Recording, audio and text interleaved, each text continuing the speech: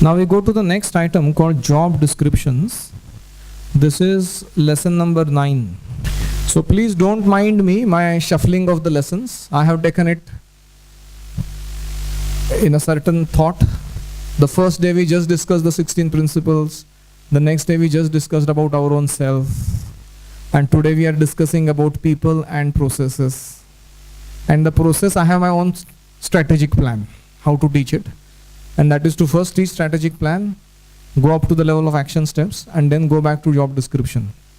Because that makes sense, how to devise job descriptions. So this is in my book, page number 64, job description. You got it? What's the page number? 67. A job description is a clear, concise explanation of a specific job, including duties to be performed and the skills required. Somebody please read. Why write job description? To clarify for individual devotees what is expected of them, to help identify the required qualities and competencies for specific services, to make sure every important task is unambiguously assigned to someone, to know who is responsible for each specific task, to eliminate unnecessary tasks, to avoid micromanagement. When we are taking initiation, is there a clear-cut job description for an initiated devotee? What is that? 16 rounds minimum. Prabhupada would add that. 16 rounds I will chant. Prabhupada said minimum. And 4 regulative principles. And serving in the mission of Prabhupada in the mood of servant. And we should add 2 more vows internally. One is daily morning program. And second is 1 hour study of Prabhupada book every day. So that are not taken as vows. But it would be nice if we maintain these also. Okay? So there is a clear-cut job description. No ambiguity. Is this person really following up to the mark or not?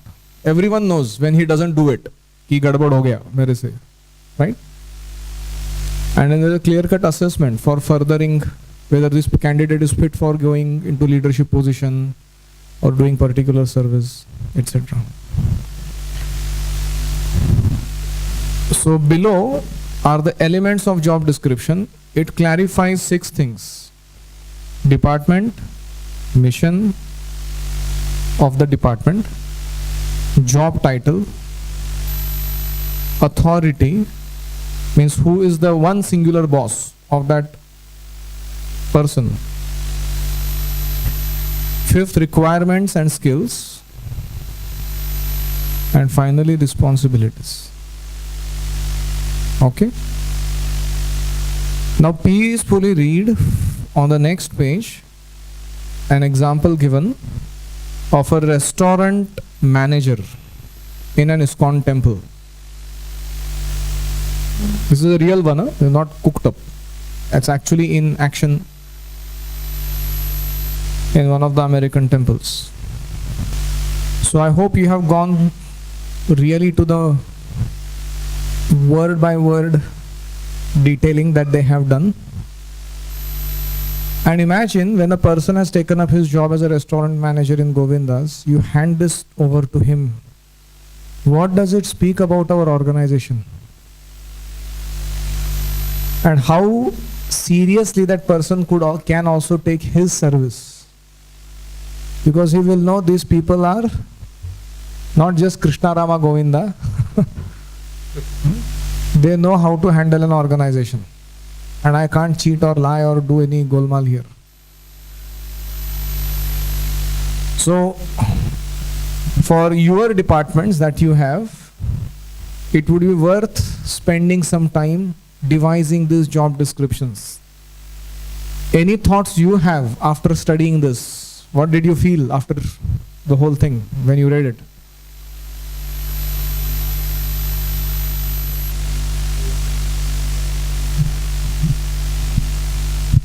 Then no need to worry about anything. Like once the system is established, anyone can come. You give this, you have to Yes. go the There will be no misunderstandings standard is established. and standards would be maintained.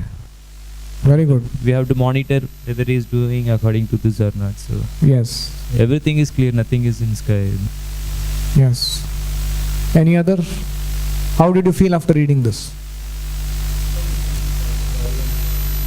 Okay. So even if that person tomorrow is not there and someone else comes, he will exactly know what is to be done here. Anyone else wants to share any feeling after reading this? When one gets this kind of job description, he feels responsible for this. As soon as he accepts it, he cannot just run away from the responsibility. Because it is given there, the page was given, he accepted, means it's a responsibility. He cannot just run away. Yes. Even this can be legally documented very easily. And tomorrow if there is some discrepancy, we can actually hold a person accountable. Otherwise they can keep saying, we didn't know what you spoke about when we joined this job. Wonderful. Any other? Yes? Why I didn't know this before? Means Acha, now you felt like that. immediately going and we should implement it. Yes. So on next page, there is steps to writing an effective job description. So very step by step they have given leading up to final job description. Yes, you want to add something?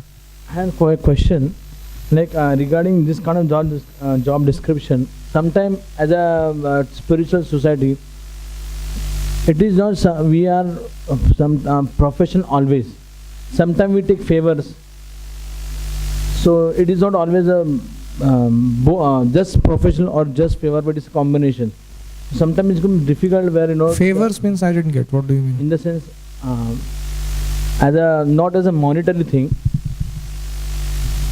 Yeah, ours is a voluntary organization. That I understood. No, but as suppose you are taking as a person you are going to pay him as a suppose in this case restaurant manager. Or sometimes when we take as a favor, it becomes difficult to discipline the person in the sense taking action against them. So it becomes difficult that time. Okay, understood that for a volunteer, if he doesn't follow certain norm or protocol of a certain detail of a service, we can't hang him, nor can we put a penalty. Understood. But at least from our side, if it is given in writing, okay, this is what is exactly needed to be done, then that person will have clarity. How many times we have done this business? Prabhuji, I told you, Prabhuji. But Prabhuji, you didn't say this specific thing, Prabhuji. I did not. But I thought, Prabhuji, you will understand, Prabhuji. It's a simple thing, Prabhuji.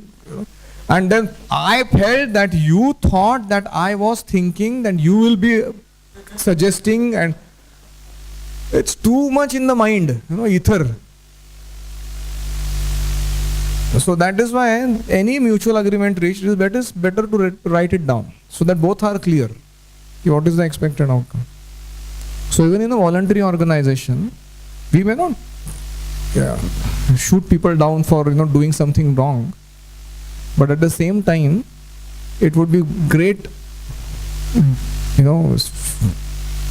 favor to our own services if we really start doing it in terms of written down job descriptions. Just like in our deity department, you must have seen this. No deity department runs without these job descriptions. You have seen? Such a clearly well laid plans they have. Jagaran means they 10 item. Bhoga cooking means this. Cleanliness standards, where do you get ingredients from, whom to report when there is a mishap, from whom to get ingredients from. Everything is clearly documented there. I hope each of your temple you have that experience. It is not that we are not doing it, and pujaris are the most voluntary people ever, in our case. So they are following it day after day. That's why that department is the one department that really runs, in time, clean, punctual. All those things happen there. Other things are all transcendental. You have seen? So it goes to show that when we do this, even in a voluntary setup, it is better. So ISKCON is not an office. ISKCON is not just an office. ISKCON is not just a home.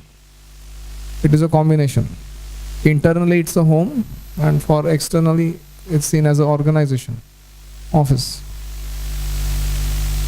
And if you don't do these things in place, tomorrow you can imagine, people come to our restaurants, there are rats going around, cockroaches climbing on the tables, looking at your plate, with their nice mustaches, And what will people think? Spiritual hai ki kya hai? So, okay, let's go ahead. Steps to writing an effective job description. So,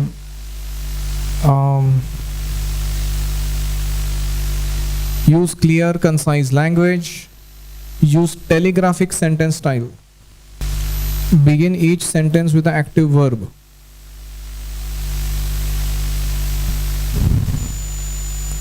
For example, the job incumbent transports all company mail to various locations throughout the entire facility. इतना नहीं लिखना है. Incumbent transports mail to various locations throughout facility. That's called telegraphic style. Whenever possible, describe the desired outcome of the work. Avoid words that don't tell specifically what the employee does. For example, employee handles the complaint. What does he exactly do? So we have to use specific words. If these words are most accurate and specific ones available, it may be acceptable to use them. But for a specific term, a more specific term would describe the task more clearly. Use it. Then there is use generic terms and avoid gender-based language. Qualify whenever possible. What we will do is we will take one service that is common to all of us and then go for doing a job description now, as an example, together. So you would like to tell us some service that is common to all of us? We all do it? Chanting.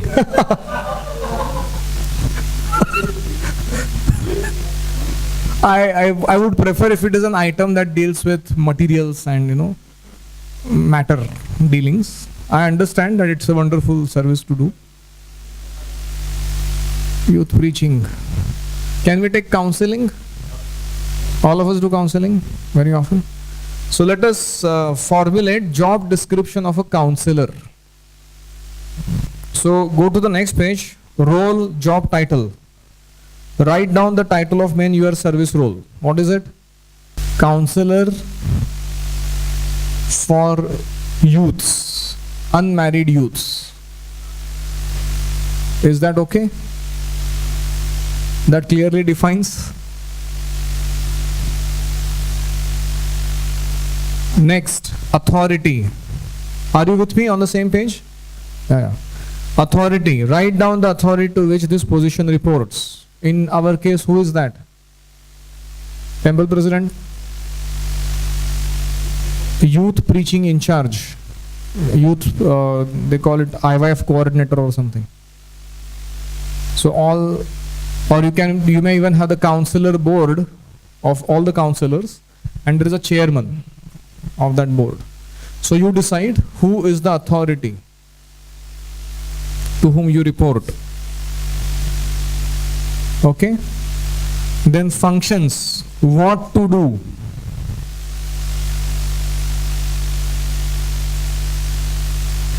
So can you suggest some main functions of a counselor?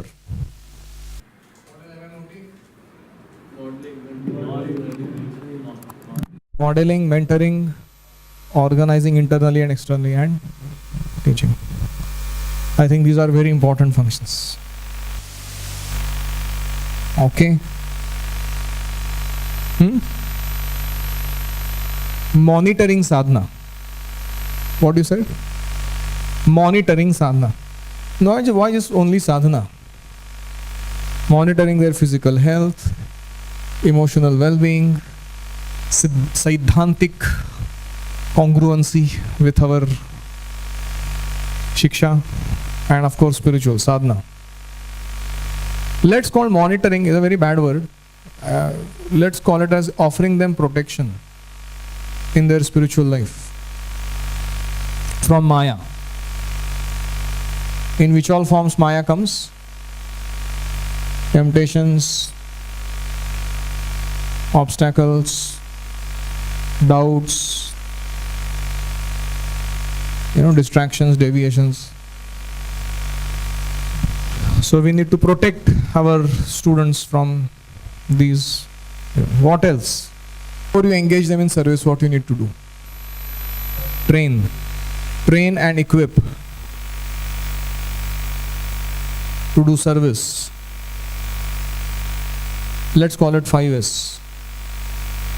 Shiksha, sadhana, sangha, seva, sankirtana. And then engage them in 5S, especially in seva. Everybody should have some meaningful service that they do. You forgot one important term the leader is supposed to always do. Chastise. Hey Bhagwan. I think that comes under protection from Maya, correction giving, disciplinary actions, all that under this. What does the term leadership means? No. The first definition of leadership that we learned. Cultural engineering. Don't mind me for being so fanatic. Cultural engineering. Leadership is all about setting a particular type of culture in a community. Then a lot of things can be taken care of, even without your presence. Even if you are dead and gone, things will go on. If you have done this very well. Okay? So I think the terms used in Srimad Bhagavatam for this are in the section of Prithu Maharaj, how he dealt with his praja. It says Poshanam, Prinanam, Anushasanam, Upalalanam. These are the terms used in Bhagavatam. We will not get into Sanskrit, but this is what it means in our regular understanding. So this has a Bhagavatam basis, what we just now wrote. So these are actually job descriptions of any parent or any leader or any teacher. These 5 things. How will they do it? That's a different story. There are group meetings, personal meetings, then maybe yearly yatra. Right? What else? Very important. Having a clear vision of how to develop a counseling.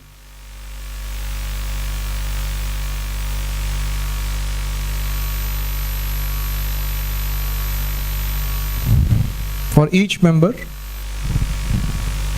how to develop.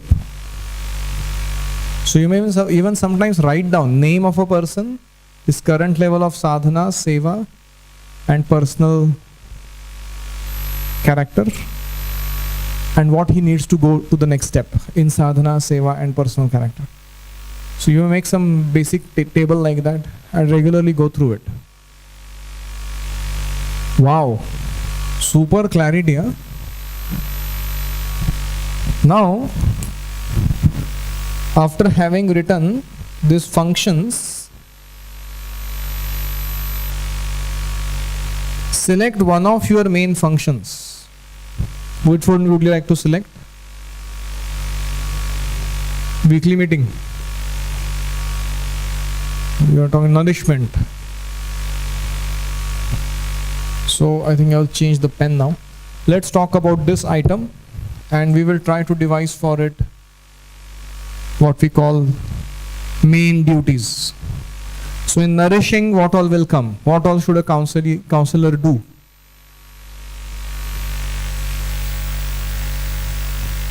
For physical nourishment, what needs to be taken care of?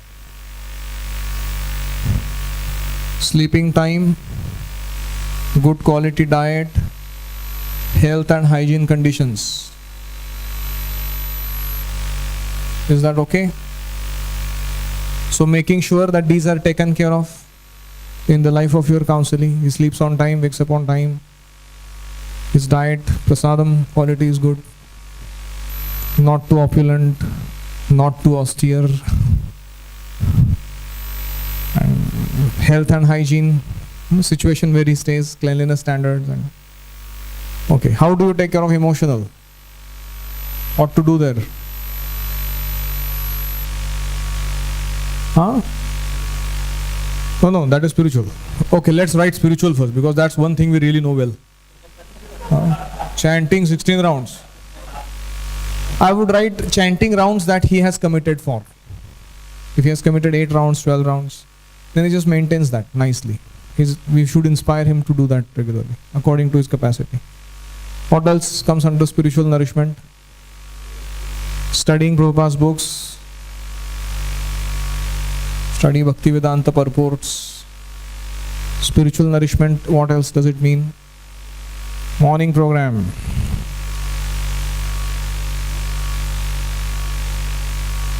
Yes? Brahmachari class. If he's a brahmachari, if he's a youth, then good association. Providing him. So sometimes we need not be the only person in the world whom he associates with. We can also have some guest speakers, other teachers whom he gets to interact. Especially our superiors, from whom he can gain more wisdom. Okay. How do you take care of emotional well-being of a counselee? Appreciation.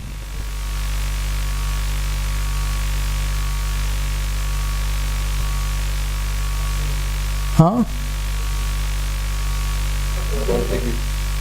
Okay, let's say 6 loving exchanges.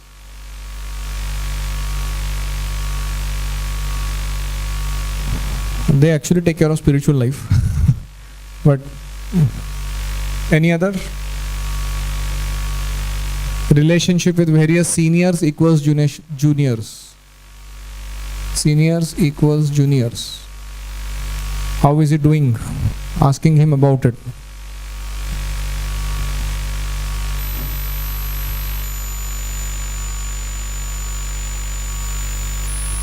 Motivation. Okay, let's go to intellectual. How do you take care of his intellectual well-being?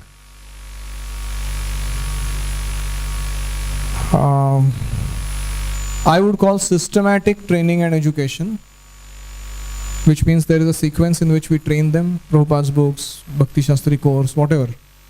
So there is systematic training and education, and sufficient question answer session at the every appropriate classes that happen. Oh, one thing I would really add in spiritual is long hour kirtans.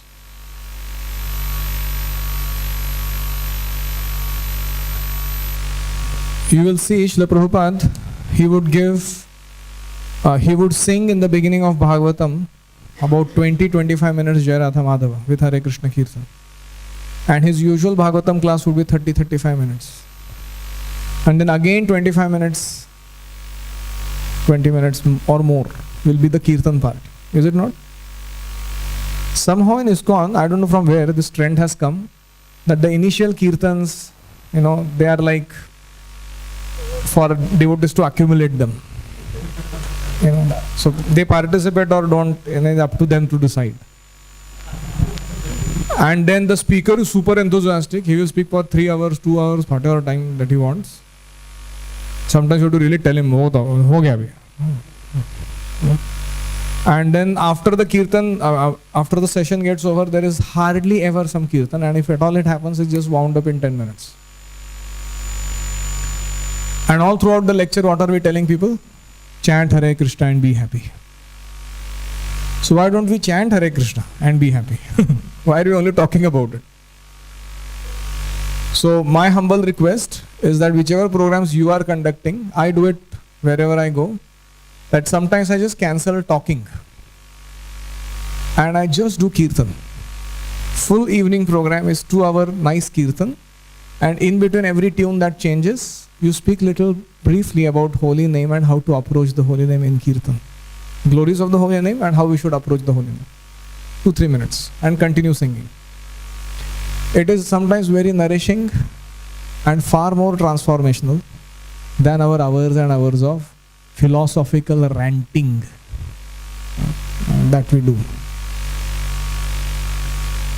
Okay, so long hour kirtans and also training them in Vandanam, how to relate to deities. When you go in front of deities, which prayers to offer and how to do service for the deities. So every member should be taught these things. Okay, I think we are going great. Duties. Now let's go to the next page, that is requirements. So it seems taking care of a councillee is like taking care of one temple. How many of you are feeling the weight of the burden of this service now? That's why when in our temple, when parents come and they say, Prabhu ji, baby, naya, new baby has, appeared in our home. I say, so sweet, very nice.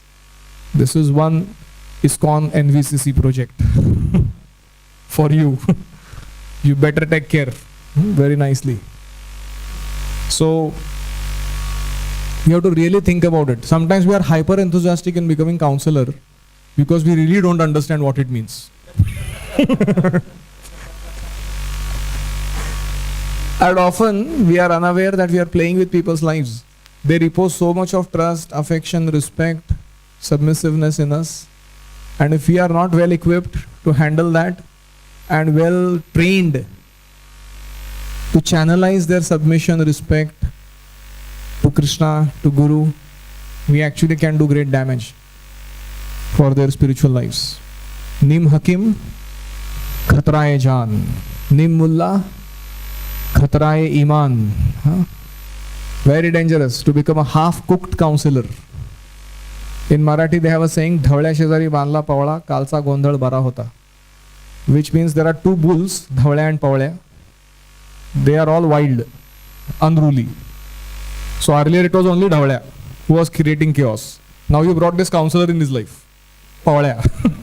Together they did more damage to the ISKCON.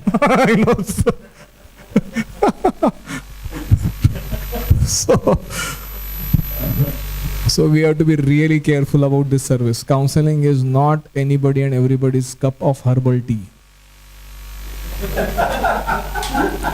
Why herbal tea? Because we don't drink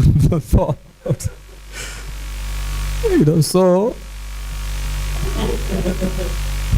sometimes we just go around, I am temple president, I am counselor.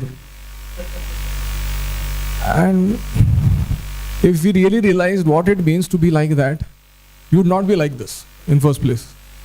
You say, hi, I am temple president. In that mood we will do our service. You see all the gurus, what mood they carry when they are doing their service. So anyways, just nourishing. Abhi baki kahin gaye nahi hum log. It's overwhelming. So let us take our serious services very seriously, and let us not be in a picnic mode when we are rendering them. We become little. Krishna consciousness is serious fun. Heard this ever before?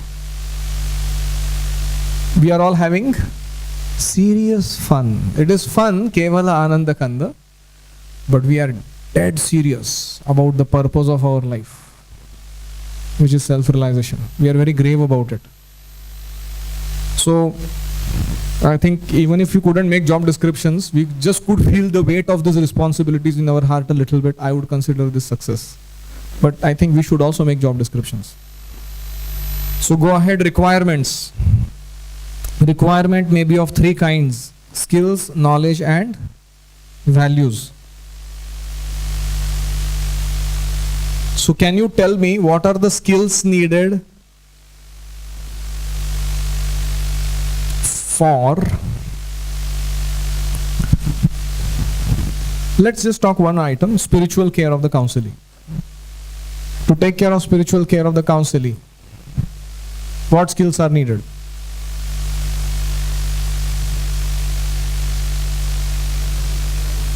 Okay, very steady morning program, good 16 rounds chanting, deity worship, he knows how to do. The counselor himself should know those things. Then only he can impart them. Vandanam, as I said, offering prayers to deities. So one good thing is you can't offer it unless you have it. And that pushes us to do better in our spiritual life. Because over a period of time, your counsellors will come at the same level as you are in a very short period of time. 3, 4, 5, 6 years down the line. Then what? Then you have nothing else to offer them. Because your level of skill set, your level of values, if you have not developed your internal character, they won't get as inspired as they used to get earlier. They will know, ye Prabhuji to normally hai. Nothing to be.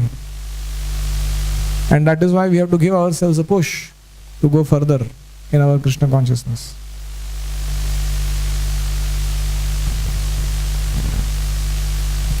Okay. So whenever it comes to qualities, we should go back to this ISEB: integrity and character, service attitude, expertise and excellence, and balance and sustainability. At least those 4 we should always emphasize. Okay, so now please go back and at least formulate, this is a homework, job description of your own job description for yourself as a counselor. When you go home today, just that one exercise. Thank you very much. Srila Prabhupada ki jai.